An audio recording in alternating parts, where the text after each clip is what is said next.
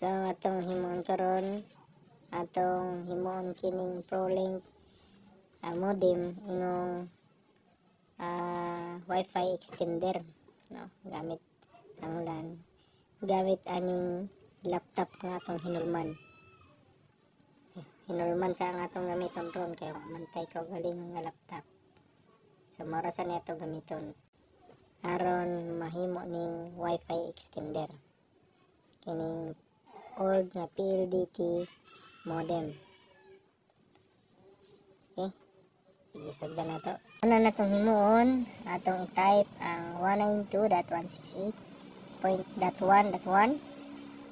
Tapos kining login, butangan nato ni siya og PLDT. Ato ni siya alisdan og PLDT. So mo ni siya ang password sa atong super admin, no? Mo ni siya, ato ni siya i-copy paste.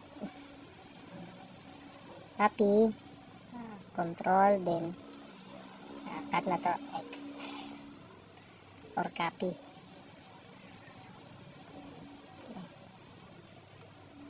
Okay, so mo ni ang username niya, admin PLDT, dayon tong password nga atong gi copy paste. Yan, login. So ini login din na to ani mga bay. Mugawas ani please change password. So ato ni siya butangan og new password. Na ingon mga siya pag primero ni mga open. So confirm password. Yan. Then new password sa Wi-Fi SSID. Katong unang nga password na ito i-type, mao to siya ang pag open nato sa atong IP address 192.168. Open nato sa portal, mao to atong mga password. Din kining duha sa ubos, mao ni siya ang sa Wi-Fi password.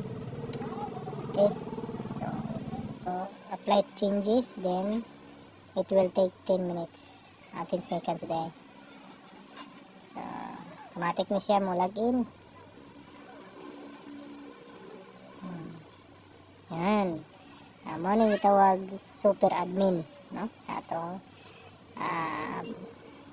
dashboard sa atong ProLink. Makita nimo din hitanan.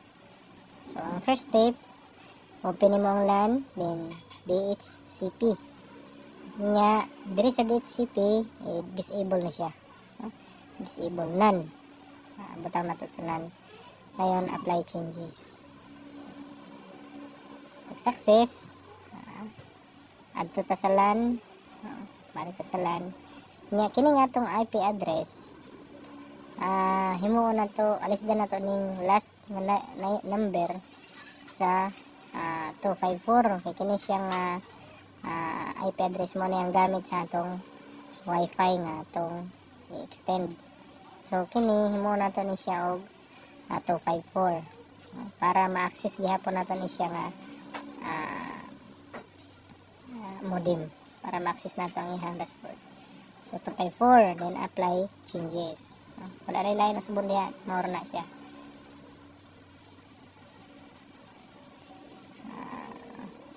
Pag success, ang sunod na itong himuon, no? Balik ta sa itong IP address, HTTPS, no? Balik ta sa, alisdan na ito 192.168.1.1.254 na nga itong gamiton. So login, admin, PLDT, din password, katong new password nga itong himo.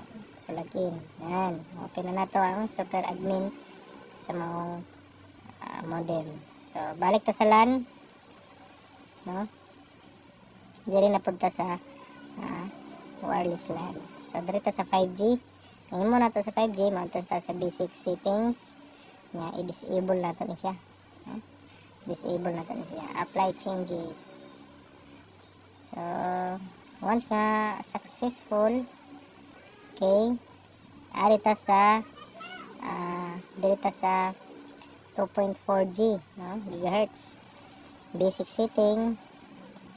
And then kining nakabutang diri nga ang kining SSID maintain na siya. So arita sa site survey, refresh nato na siya site survey. Magawas din niya ang mga wifi, no, sa mga silingan. Wifi nga itong gigamit. Ang atong gigamit din himo ni siyang PEL mode, no? PEL _ mode pinakauna. So nakita na nato. So balik ta sa basic settings. Kining AP diri, AP mode, no, ato ni siyang himuon nga client mode. Yan, client mode. Okay. Once nga client mode na, apply changes. So, successful. Okay. Then, balik ta sa site survey. So, sa site survey, nakita na to ang pwede na to kapilian. Doon na siya yung mga kapilian. So, i-connect natin siya diri sa PEL mode. Check. Then, node, password, no, sa atong wifi nga gusto na to nga i-extend. Type na tong password, then connect. So, once nga successful, so bot pa sa bot, connected na ni siya, no? Tanaw na to, connect successfully. So okay, balik ta sa basic setting. Makita na nato dito nga nausab na ang SSID. So nakapangalan na sa atong wifi nga itong gi-extend. So ina nilang kasayon mga bay, no? So ina nilang mag-himo sa atong old modem nga wifi extender. So karon atong i-try kung nanabay internet. Yun, naanay internet, no?